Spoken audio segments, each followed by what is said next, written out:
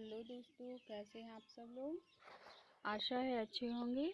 स्वागत है आप सबका एजुकेशन चैनल पर, जिसमें हम आज एक और नए पाठ को देखने जा रहे हैं, जो है एमपी बोर्ड भाषा भारती कक्षा 7 हिंदी विशेषता। तो आइए देखते हैं एक नए पाठ को और जानते हैं उस संपूर्ण पाठ के बारे में। पाठ 6 राखी का मूल्य, जो हरिकृष्ण प्रेमी द्वारा लिखा गया है। इसमें मुख्य रूप से पात्र परिचय है। कर्मवीर मेवाड़ की महारानी है। भाग सिंह एक योद्धा है। हुमायूं बादशाह हैं और तातार खां हुमायूं का मित्र है। हिंदू बेग हुमायूं का सेनापति है और जवाहर बाई क्षत्रिय, दूत और पहरेदार, ये सब इस पाठ के पात्र हैं। तो ये रहा एकांकी के पात्रों का चित्र। अब आइए पढ़ते हैं इस एकांकी के बारे में। प्रथम दृश्य, चित्तौड़ के राजमहल का दृश्य। मेवाड़ की महाराणा सांगा की विधवा पत्नी कर्मवती। मेवाड़ में ऐसा रंगीन सावन पहले कभी नहीं आया होगा। भाइयों, छत्राणियों की राखियाँ सस्ती नहीं होती। राखी के इन धागों का बदला अपना सर्वस्व बलिदान है। जिन्हें प्राण देने का चाव हो, वे ही ये राखियाँ स्वीकार करें। एक क्षत्रिय। मेवाड़ के क्षत्रियों को यह बात नए सिरे से नहीं समझनी होगी माँ। हम लोग सदियों से हंसते हंसते प्राण देते आए हैं। हमारी इस अजय शक्ति का स्रोत आप बहनों की राखियों के धागे ही तो हैं। यही तो हमें बल देते हैं। कर्मवती, धन्य हो वीरों, तुमसे यही आशा थी। अच्छा जाओ, राखी की इस मर्यादा में बनकर प्रतिज्ञा करो कि प्राण रहते मेवाड़ की पताका को झुकने न देंगे। सब, यही होगा माँ। कर्मवती, मेवाड़ के राजपूत तुम्ही के अभिमान हो। तुम्हारी कीर्ति अमर है। जाओ, रणभूमि तुम्हारी प्रतीक्षा कर रही है। और बहनों, तुम घर जाकर वीर व्रत की तैयारी करो। अभिवादन करते हुए राजपूतों का प्रस्थान, एक योद्धा का आगमन। कर्मवीर, भाग सिंह जी, युद्ध का क्या हाल है। भाग सिंह, राजपूत वीरता से लड़ रहे हैं महारानी, किंतु एक तो हमारी संख्या बहुत कम है, दूसरे शत्रुओं का यूरोपियन तो खाना आग उगल रहा है। उसका मुकाबला तलवारों से तो नहीं हो सकता। हमें मरना है। हम हंसते हंसते मरेंगे और बहुतों को मारकर मरेंगे, पर दुख है तो यही कि मरकर भी आन की रक्षा न कर पाएंगे। कर्मवती, बड़ा कठिन समय है। इस समय तो मेरे स्वामी नहीं हैं। उनके रहते मेवाड़ की ओर आंख उठाने का किसका साहस था। उनके आतंक से मेवाड़ के बाहर दूर दूर तक अत्याचारियों के प्राण कांपा करते थे। मेवाड़ की सीमा में तो पैर रखने का साहस ही कौन कर सकता था। बाघ सिंह जी, हमने आपसे वैमनस्य की आग में अपने ही हाथों का स्वाहा कर लिया। ये दृश्य है। बाघ सिंह, अब पश्चाताप का समय नहीं है देवी, अब तो हमें मार्ग बताइए। कर्मवती, मुझे एक उपाय सूझा है। बाघ सिंह, क्या। कर्मवती, मैं बादशाह हुमायूं को राखी भेजूंगी। जवाहर बाई, हुमायूं को एक मुसलमान को भाई बनाओगी। कर्मवती, चौकता क्यों हो, वे भी तो इंसान हैं, उनके भी तो बहनें होती हैं। सोचो तो, क्या उनके हृदय नहीं हैं। वे ईश्वर को खुदा कहते हैं और मस्जिद में जाते हैं तो क्या। बाघ सिंह, किंतु और भी तो बाधाएं हैं। क्या बादशाह हुमायूं पुराने और बैर भुला सकेगा। सीकरी के युद्ध के जख्मों के निशान क्या आसानी से मिट सकेंगे? कर्मवती, हमारी राखी का शीतल प्रलेप है जो सारे घाव को भर देगी। राखी वह वरदान है जो सारे वैर भावों को जलाकर भस्म कर देगी। बहन की राखी पाकर भी क्या कोई बैर विरोध याद रख सकता है? जवाहर बाई, लेकिन वे तो हमारे शत्रु हैं। कर्मवती, ऐसा न कहो। हमारी तरह भारत भी तो हुमायूं की मातृभूमि हो चुकी है। वे हमें अपना समझें और हम उन्हें। यही स्वाभाविकता है, यही उचित है। इस विकट अवसर पर मेवाड़ की रक्षा का और कोई उपाय है भी तो नहीं। बाघ सिंह जी, आप ही कुछ बताइए, आपकी क्या राय है? बाघ सिंह, हम तो आज्ञा का पालन करना जानते हैं, सम्मति देना नहीं। कर्मवती, अच्छा तो फिर यही हो। भ्रातृत्व और मनुष्यत्व पर विश्वास करके हुमायूं की परीक्षा ली जाए। लीजिए यह राखी और यह पत्र। आज ही दूत के हाथ मेरी राखी हुमायूं के पास भेजिए। जवाहर भाई, अच्छी बात है। हम भी देखेंगे कि कौन कितने पानी में है और यह भी प्रकट हो जाएगा कि एक राजपुतानी की राखी में कितनी ताकत है। दूसरा दृश्य, बिहार के गंगा तट पर हुमायूं का फौजी डेरा और बादशाह की खास तंबू में हुमायूं और तातर खां बैठे हैं। एक पहरेदार का प्रवेश। अब पहरेदार पहुंचता है और राखी को लेके पहरेदार जाता है। अभिवादन करके, जहाँ पना खिदमत में मेवाड़ के एक दूत आया है। हुमायूं, मेवाड़ से? यहीं भेज दो। हुमायूं, मेवाड़ का दूत? मेवाड़ लफ्ज में ही कुछ जादू है। बयाना और सीकरी की लड़ाइयों में मैं भी शहंशाह बाबर के साथ था। राजपूतों से हमारी फौज कैसे खौफ खाती थी। राणा सांगा, उन्हें तो खुदा ने फौलाद से बनाया था। उनकी तिरछी नज़र कयामत का पैगाम थी। मेवाड़ पर सुना है आजकल बादशाहों ने चढ़ाई कर रखी है। हुमायूं, आओ मेवाड़ के बहादुर। दूत, स्वर्गीय महाराणा सांगा की महारानी कर्मवती ने आपको यह सौगात भेजी है। हुमायूं, मेरी किस्मत सेनापति। तुम जानते हो कि मैं मेवाड़ की बहुत इज्जत करता हूँ, जो एक बहादुर को करनी चाहिए। वहाँ की खाक भी सर पर लगाने की चीज़ है। तातार खां, दुश्मन की तारीफ करने में जहाँ पनाह से बढ़कर। हुमायूं, दुश्मन? हाँ हाँ, कौन दुश्मन? वे सब हमारे भाई हैं। हम सब एक ही खुदा के बेटे तो हैं ना तातर? तुम देखो तो इसमें क्या लिखा है। अब हुमायूं हुमायूं पढ़ते हैं। सेनापति, जहाँ पनाह ऐसे मग्न हैं, महारानी कर्मवती ने क्या जादू का पिटारा भेजा है। हुमायूं, सेनापति, उन्होंने सचमुच जादू का पिटारा भेजा है। मेरे सूने आसमान में उन्हें मोहब्बत का चांद चमकाया है। मुझे बहन मिल गई है। उन्होंने मुझे राखी भेजकर अपना भाई बनाया है। बहन कर्मवती से कहना, हुमायूं तुम्हारे सगे भाई से बढ़कर है। कह देना मेवाड़ की इज्जत आज से मेरी इज्जत है। जाओ। तातार खां, यह आप क्या कह रहे हैं? आपके अब्बा जान ने कि जाने दुश्मन की औरत ने। हुमायूं, अफसोस कि तुम इस राखी की कीमत नहीं जानते। ये दो छोटे छोटे धागे भी जाने दुश्मन को मोहब्बत की न टूटने वाली जंजीरों में जकड़ देते हैं। यह तो मेरी खुशकिस्मती है कि मेवाड़ की बहादुर रानी ने मुझे अपना भाई बनाया और बहादुर शाह के खिलाफ मेवाड़ की हिफाजत के लिए मेरी मदद चाहिए। तातार खां, जहाँ पना एक मुसलमान के ऊपर एक हिंदू की तरजीह। हुमायूं, अरे कौन हिंदू कौन मुसलमान, खुदा ने पहले हम सबको इंसान बनाया।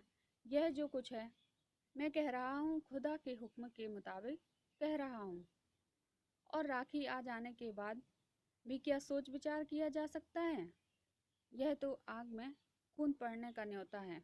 हिंदुस्तान का इतिहास गवाह है कि इन धागों में हजारों कुर्बानियां कराई हैं। मैं दुनिया को बता देना चाहता हूँ कि हिंदुओं के रस्म रिवाज मुसलमान के लिए उतने ही प्यारे हैं और पाक हैं जितने उनके लिए। तुम भूलते हो कि हम सब एक परवरदिगार की औलाद हैं। सेनापति: परंतु शहंशाह, जब हम स्वयं युद्ध के तो मैदान में दुश्मनों के सामने डटे हैं, ऐसे विकट समय में शेर खां को खुला छोड़कर मेवाड़ की तरफ लौट जाना सल्तनत और दिल्ली के लिए खतरे से खाली नहीं। हुमायूं: अब सोचने का वक्त नहीं है। बहन का रिश्ता दुनिया के सारे सुखों, दौलतों, ताकतों और सल्तनतों से बढ़कर है। मैं इस रिश्ते की इज्जत सल्तनत कुर्बान करके भी रखूंगा।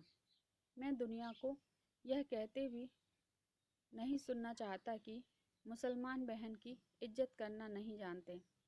तख्त से उतरकर भी एक बहन के दिल में जगह पा सकूं तो अपने आप को दुनिया का सबसे बड़ा खुशकिस्मत इंसान समझूंगा। बहन कर्मवती, तुम्हारी राखी वही ताकत दे, मुझे वही ताकत दे जो राजपूतों को देती आई है। सेनापति: जल्दी फौज तैयार करो और मेवाड़ की ओर प्रस्थान करो। तो देखा हरिकृष्ण प्रेमी जी की ये एकांकी, जिसमें राखी की ताकत के बारे में बताया गया है कि कर्मवती की राखी की ताकत ने संपूर्ण मेवाड़ की रक्षा की और मेवाड़ के देशवासियों की रक्षा की। अब आइए हरिकृष्ण जी के बारे में थोड़ा सा पढ़ते हैं। हरिकृष्ण प्रेमी मध्य प्रदेश के प्रमुख नाटककारों में से एक हैं। आपके द्वारा कई एकांकी एवं नाटकों का लेखन किया गया है। राखी का मूल उन्हीं में से एक है। तो देखा है इस पाठ को। अब हम इसके अभ्यास कार्य के बारे में जानेंगे। ये इसके शब्दार्थ हैं। आगे इसके प्रश्नों के उत्तर को करेंगे। पहला प्रश्न है, निम्नलिखित प्रश्नों का उत्तर लिखिए। का नंबर है, कर्मवती कौन थी? उत्तर है, कर्मवती मेवाड़ की महारानी थी। दूसरा प्रश्न है, कर्मवती ने वीरों से कौन सी प्रतिज्ञा करने को कहा? उत्तर है, कर्मवती ने वीरों से मरते दम तक मेवाड़ की पताका को झुकने न देने की प्रतिज्ञा करने को कहा। रानी कर्मवती ने हुमायूं को राखी क्यों भेजी? उत्तर है, रानी कर्मवती ने हुमायूं को बैर भाव समाप्त कर उसे भाई बनाने के लिए राखी भेजी। घ नंबर, राखी पाकर हुमायूं ने क्या निर्णय लिया? राखी पाकर हुमायूं ने मेवाड़ की रक्षा के लिए अपनी सेना भेजने का सेनापति को आदेश दिया। हमारे देश में राखी का क्या महत्व है? उत्तर है, हमारे देश में राखी को भाई बहन के स्नेह बंधन का प्रतीक माना गया है। सुरक्षा सूत्र को पहनकर भाई बहन की रक्षा का संकल्प करता है। निम्नलिखित पंक्तियों के शब्दों में स्पष्ट कीजिए। कहा है, जिन्हें प्राण देने का चाव हो वे ही ये राखियां स्वीकार करें। उत्तर है, रानी कर्मवती मेवाड़ के वीर सपूतों को मेवाड़ की रक्षा के लिए ललकारते हुए राखियां आगे बढ़ाती हैं और कहती हैं कि वे ही लोग राखियों को लें जो देश रक्षा के यज्ञ में स्वयं की आहुति देने को तत्पर हैं।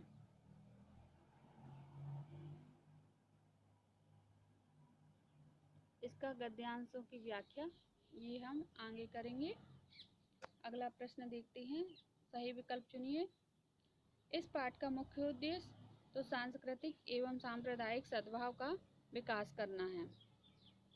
अगला प्रश्न है, कर्मवती कहाँ की रानी थी? उत्तर है, मेवाड़ की। अगला प्रश्न है, भ्रात शब्द तथा त्व प्रत्यय मिलाकर भ्रातृत्व बना। इसी प्रकार निम्नलिखित तालिका में शब्द में त्वा प्रत्यय लगाकर नए शब्द जोड़कर बनाइए। जैसे पितृ में त्वा जोड़ेंगे तो पितृत्व हो जाएगा, मातृ में त्वा जोड़ेंगे तो मातृत्व हो जाएगा, लघु में त्वा जोड़ेंगे तो लघुत्व हो जाएगा, और गुरु में त्वा जोड़ेंगे तो गुरुत्व हो जाएगा, मनुष्य में त्वा जोड़ेंगे मनुष्यत्व हो जाएगा, प्रभु में त्वा जोड़ेंगे तो प्रभुत्व हो जाएगा। ऐसे ही नए शब्द तैयार हो जाएंगे। सामासिक पदों का विग्रह कीजिए। रणभूमि रण की भूमि, राजपुत्र राजा का पुत्र, देशभक्ति देश की भक्ति, रसोईघर रसोई का घर, देश निकाला देश से निकाला, सेनापति सेना का पति। आगे देखते हैं। 5 प्रकार के योजक चिन्हों को दो दो उदाहरण दीजिए। जैसे सुख सागर, मध्यम मध्यम, कहीं न कहीं, रायसी, लेना देना, रात रानी, घुमड़ घुमड़, बुरी से बुरी, घरसा। इस पाठ के चारों प्रकार के वाक्य छाट कर लिखिए। उत्तर है का नंबर। जाओ, रणभूमि तुम्हारी प्रतीक्षा कर रही है, और बहनों तुम घर जाकर वीर व्रत की तैयारी करो। उपवाक्य है और योजक है। दूसरा है हम हंसते हंसते मरेंगे और बहुतों को मारकर मरेंगे। गा नंबर है किंतु और भी तो बाधाएं हैं। विशेषण। घ नंबर इस विकट अवसर पर मेवाड़ की रक्षा का कोई उपाय है भी तो नहीं है। विशेषण। 5वां नंबर भ्रातृत्व और मनुष्यत्व पर विश्वास करके हुमायूं की परीक्षा ली जाए। शब्द योजक। लीजिए यह राखी और यह पत्र। शब्द योजक। घ नंबर हम भी तो देखें कि कौन कितने पानी में है, और यह भी प्रकट हो जाएगा कि एक राजपुतानी की राखी में कितनी ताकत है। उपवाक्य और योजक। मेवाड़ की महारानी करमती ने कुछ और सोचा। क्रिया विशेषण। तो के प्रयोग वाले वाक्य छांट कर लिखिए। विद्यार्थी स्वयं ऐसे वाक्य छांट कर लिखें। निम्नलिखित शब्दों के बहुवचन बनाइए। जैसे थाली का थालियाँ, जाली का जालियाँ, भाई का भाइयों, दुश्मन का दुश्मनों, गाड़ी का गाड़ियाँ, साड़ी का साड़ियाँ, धागा का धागे। निम्नलिखित मुहावरों का अर्थ स्पष्ट करते हुए वाक्य में प्रयोग कीजिए। हंसते हंसते प्राण देना, सदैव बलिदान होने के लिए तत्पर रहना। वाक्य में प्रयोग। मेवाड़ की रक्षा के लिए वीर राजपूतों ने हंसते हंसते प्राण की दे दिए। आग उगलना, बुराई करना। वाक्य में प्रयोग। पाकिस्तान व्यर्थ ही भारत के विरुद्ध आग उगलता रहता है। प्राण कांपना, अत्यधिक डर जाना। वाक्य में प्रयोग। तूफान की तीव्र गति को देख नगरवासियों के प्राण कांप गए। खौफ खाना, डरना। वाक्य में प्रयोग। चंद्रशेखर आजाद के व्यक्तित्व से अंग्रेज खौफ खाते थे। जादू का पिटारा, करामात की थैली। वाक्य में प्रयोग। शिक्षक के पास कोई जादू का पिटारा तो नहीं जो उसे खोल और विद्यार्थियों को बिना पढ़े परीक्षा में उत्तीर्ण हो जाए। आग में कूदना, कठिन रास्ता चुनना। वाक्य में प्रयोग। कानून के विरुद्ध कार्य करना आग में कूदने के समान है। घाव भरना, दुख कम करना। वाक्य में प्रयोग। जहाँ तक संभव हो हमें दूसरों के घाव भरने चाहिए। आंख उठाना, चुनौती देना। वाक्य में प्रयोग। रानी लक्ष्मीबाई ने अंग्रेजों के समक्ष आंख उठाने का साहस किया। कयामत का पैगाम, प्रलय की सूचना। वाक्य में प्रयोग। पाकिस्तान द्वारा आतंकवाद को संरक्षण देना स्वयं उसके लिए एक दिन कयामत का पैगाम लेकर आएगा। तिरछी नजर करना, नाराज होना। वाक्य में प्रयोग। मेरे द्वारा सच बोलने पर तुमने अपनी नज़र तिरछी क्यों कर ली। गद्यांशों की व्याख्या करेंगे। ये पंक्तियाँ पढ़ लीजिए।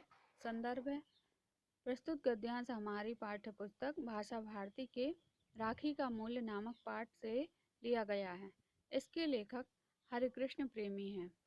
प्रसंग: प्रस्तुत गद्यांश में एक वीर की राजपूतों ने अपने उद्गारों को रानी करमती के समक्ष प्रकट कर रहा है।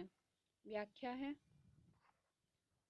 हम लोग युद्ध भूमि में सैकड़ों वर्षों से हंसते हंसते निछावर होते गए आए हैं। हम में जो शक्ति है जिसे कोई हरा नहीं सकता, वह आप जैसी बहनों की राखियों के धागों से ही प्राप्त होती आई है। इनसे हमें एक नया बल और उत्साह प्राप्त होता रहा है। दूसरा गद्यांश है, ये पढ़ लीजिए। संदर्भ पूर्वानुसार है। प्रसंग है: मेवाड़ के वीर सपूतों को संबोधित करते हुए रानी करमती कहती है।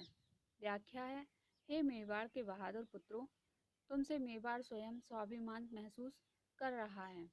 तुम्हारा यह संसार में अमर है। युद्ध भूमि को तुम जैसे वीरों पुत्रों की आवश्यकता है, वह तुम्हारा इंतजार कर रही है।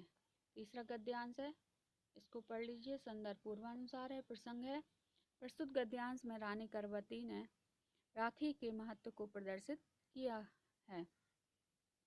व्याख्या है: राखी वैरभाव रूपी घावों को भरने के लिए मरहम का कार्य करती है। राखी एक वरदान के समान है।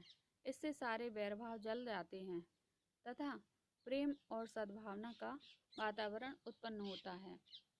अगला गद्यांश है, ये लाइनें पढ़ लीजिए। संदर्भ पूर्वानुसार। व्याख्या है: प्रसंग है: प्रस्तुत गद्यांश में हुमायूं ने हिंदुओं और मुसलमानों को एक ही ईश्वर की संतान बताया है। व्याख्या है: हुमायूं ने अपने सेनापति को संबोधित करते हुए कहता है कि हिंदुओं और मुसलमानों में कोई अंतर नहीं है, सब के सब उस एक मालिक की संतान हैं जिसने उन्हें बनाया है। आज मैं इस पूरे संसार के सामने यह सिद्ध करना चाहता हूँ कि हिंदुओं के सभी रीति रिवाज और परंपराएं एक मुसलमान के लिए भी समान रूप से प्रिय और पवित्र हैं। अगली पंक्तियां हैं, संदर्भ पूर्वानुसार है। प्रसंग है: प्रस्तुत गद्यांश में हुमायूं करमती की राखी को स्वीकार करते हुए उसके प्रति सम्मान और बलिदान की भावना प्रकट करता है। व्याख्या है: हुमायूं का कथन है कि बहन का रिश्ता संसार में सभी वस्तुओं से बढ़कर है। राखी भेजकर रानी करमती ने उसे अब भाई बनाया है, तो वह इस रिश्ते का सम्मान रखने के लिए सब कुछ बलिदान करने को भी सहर्ष तैयार है। देखा इस पाठ को और इस पाठ के अभ्यासकार को। ये इसके शब्दार्थ हैं,